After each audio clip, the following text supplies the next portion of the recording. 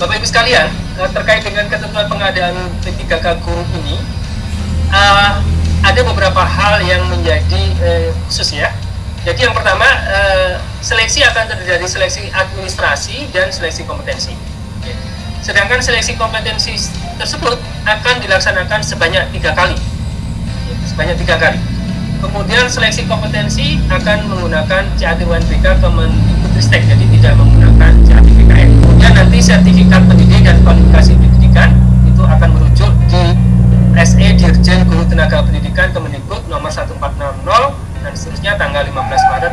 Kalau di aturan kami hanya menyatakan akreditasi. Jadi kami tidak membatasi akreditasi apa itu A, B atau C kecuali untuk yang kumlot. Kumlot itu akreditasi perguruan tinggi A dan prodinya A. Namun demikian, seperti kami sampaikan tadi, kalau memang dipertimbangkan ada syarat-syarat jabatan yang membutuhkan persyaratan seperti itu, dipersilakan. Hanya saja tetap dengan konsep membuka kesempatan seluas-luasnya.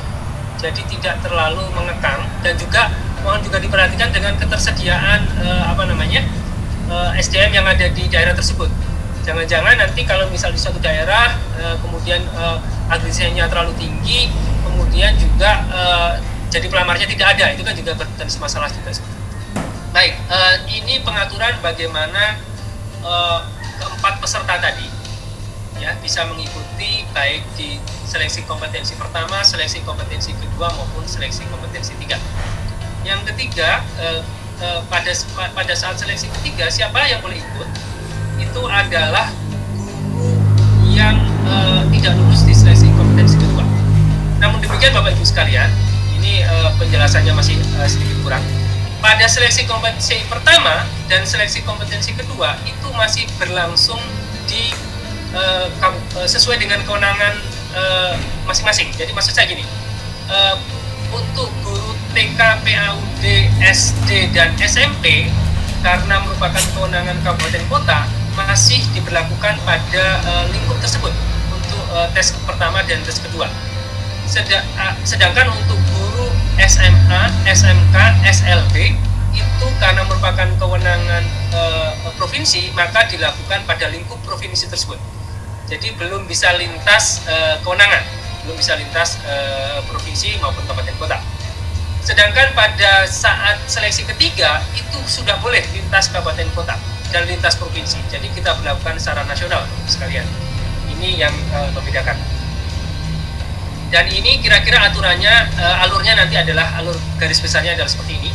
Dan bagi mereka yang tidak lulus akan berlanjut di seleksi kompetensi 3, tapi saat ini berlangsung secara nasional. Jadi nanti peserta bisa memilih formasi secara nasional di tempat lain sesuai dengan serdik atau kualifikasi yang bersangkutan. Jadi dari kabupaten A boleh nggak milih kabupaten B, boleh ke provinsi C dan seterusnya. Juga boleh yang tadinya di SMP boleh memilih ke SMA, boleh memilih ke SMP dan seterusnya sesuai dengan serdik dan kualifikasi yang bersangkutan. Kemudian Bapak Ibu sekalian, setelah itu selesai, ya, nanti seleksi kompetensi 3 selesai, itu ada mekanisme pengisian kebutuhan yang belum terpenuhi. Jadi ada formasi-formasi yang kosong, itu akan kita penuhi dengan mekanisme yang secara otomatis. Jadi tidak melakukan seleksi lagi. Tidak akan melakukan seleksi lagi, kita akan melakukan secara otomatis bagi mereka yang memenuhi nilai ambang batas dan berperingkat terbaik. Dan itu nanti akan ditempatkan sesuai dengan jabatan, bentuk satuan pendidikan dan instansi yang dilamar, di mana metode penentuan sekolah tersebut akan ditentukan kemudian nanti bersama-sama dengan Kementerian Pendidikan dan Kebudayaan. Baik, selanjutnya ada satu hal lagi Bapak Ibu sekalian yang perlu menjadi perhatian, bahwa nilai passing grade itu pada seleksi kompetensi pertama, kedua, ketiga bisa dipergunakan. Kemudian ini adalah contoh kasusnya pada seleksi kompetensi pertama, pelamar yang memiliki sertifikasi sejarah melamar guru BS pada SMP dan lulus nilai ambang batas namun tidak lulus seleksi. Pelamar tersebut melamar kembali pada seleksi kompetensi kedua, memilih guru kelas pada sekolah dasar. Nilai seleksi kompetensi pertama tidak dapat digunakan karena peserta mendaftar di jabatan yang berbeda. Ini kemudian kita dorong nih, jadi kan mereka sudah yang sudah yang kedua kalinya nih, boleh memilih yang tadi, memilih yang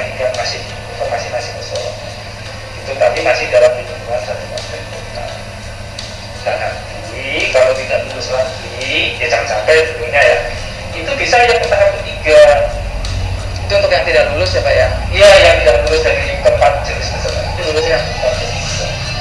data aktivitas itu nanti boleh nasional. Jadi mau daftar di Jakarta boleh, mau daftar di Maluku sana juga boleh. Yang nggak boleh hanya daftar di Papua dan Papua Barat saja. Papua dan Papua Barat ya.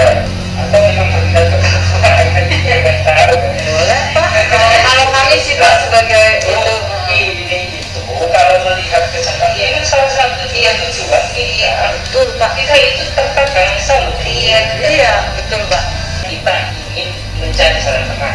Nah Ya kan? betul Pak. Solusi Pak ya. Solusi kan? Iya Pak. Solusinya itu artinya kalau guru sudah lama mengontrol di situ, kita prioritaskan dulu lah.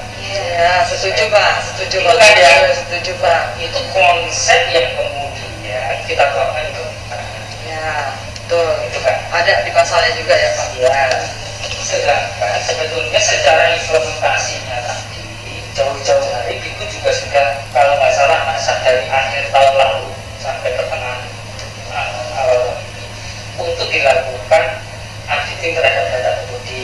Cuma sampai hari-hari terakhir yang nggak tahu nih kenapa itu hanya 70% yang melakukan auditing. Mereka nggak sadar bahwa data pengemudi itu sangat penting untuk seleksi. Kami Pak, Betul. minimal begini Pak, kami diberi bukan hanya verbal saja, tapi kami bisa diberi seperti ini kayak yang tadi. Mohon maaf, saya sambungkan lagi yang Bapak bilang nilai yang dipakai di tes tahap pertama itu bisa dipakai di tes tahap kedua bila kalau itu kita melamar dengan sesuai dengan yang kita lamar di tahap pertama. Dan kejadiannya gini Pak, kalau sudah habis di tahap kedua itu ada Pak, yang formasinya sudah habis di tahap, kita harus dari nol lagi nilainya. Maksudnya? Saya sih Informasi habis Pak. misalnya gini Pak, Iya. ini Pak, nih ya contohnya begini. Saya melamar di tahap 1 saya melamar matematika Pak. Oke. Di tahap kedua kan kalau nilainya ini dipakai lagi harus pakai yang matematika lagi kan lamarnya Pak. Nah, dan ini sekalian nanya, apa harus di sekolah tersebut yang pertama di awal dilamar? Sekolahnya nggak bisa. Boleh, oke Pak. Digital kedua masih satu kategori. Baik, oke kalau itu berarti Tahap ketiga boleh tingkat ya. Berarti kalau iya Pak ya. Untuk nilai Pak, untuk nilai. Berarti kalau misalkan nilai kayak gitu yang tadi Bapak sampaikan, Pak Ari sampaikan, nilai tahap pertama dipakai di tahap kedua bila tadi Bapak sampaikan seperti itu ya Pak. Bila kita melamar di formasi jenjang yang sama. Nah betul. Kondisi lapangannya ada yang sudah habis Pak. Formasi di tahap pertama. Nah itu bagaimana Pak? Itu nanti bisa diganti kan? Yang nasional. Tadinya ada kan di sini tahap 3 itu kalau Isi, Pak. nasional itu kan orang yang di daerah situ kan berarti Pak lebih Enggak juga. Boleh Tangerang, boleh daftar di Jadi kan, jadi mohon maaf Pak sebelumnya ya Pak, mohon maaf. Ini mohon maaf ya Pak ya. Ini untuk saya pribadi nih Pak ya. Saya sudah nilai sudah di atas passing grade, sebelum diturunkan passing grade pun saya sudah lolos di atas passing grade. Saya kondisinya misalkan ya Pak ya. Tapi dalam kondisi itu yang lulus kan sesuai dengan tuntutan. Karena tidak peringkat terbaik kan. Ada yang lebih peringkatnya terbaik kan? Untuk bisa nggak lulus. bukan sekolah. Bukan Oh, karena bukan sekolah itu. Oh ya, Ya betul. Itu yang kami sayangkan, sistem tidak mengunci. Betul kata Bapak. Sudah diriset sudah Pak. Saya tadinya di SMP 8 Artinya ibu bersaing dengan yang bukan sekolah itu juga kan? dan sekolah ini juga Pak. Dan yang keterima sekolah ini dua-duanya Pak. Ya.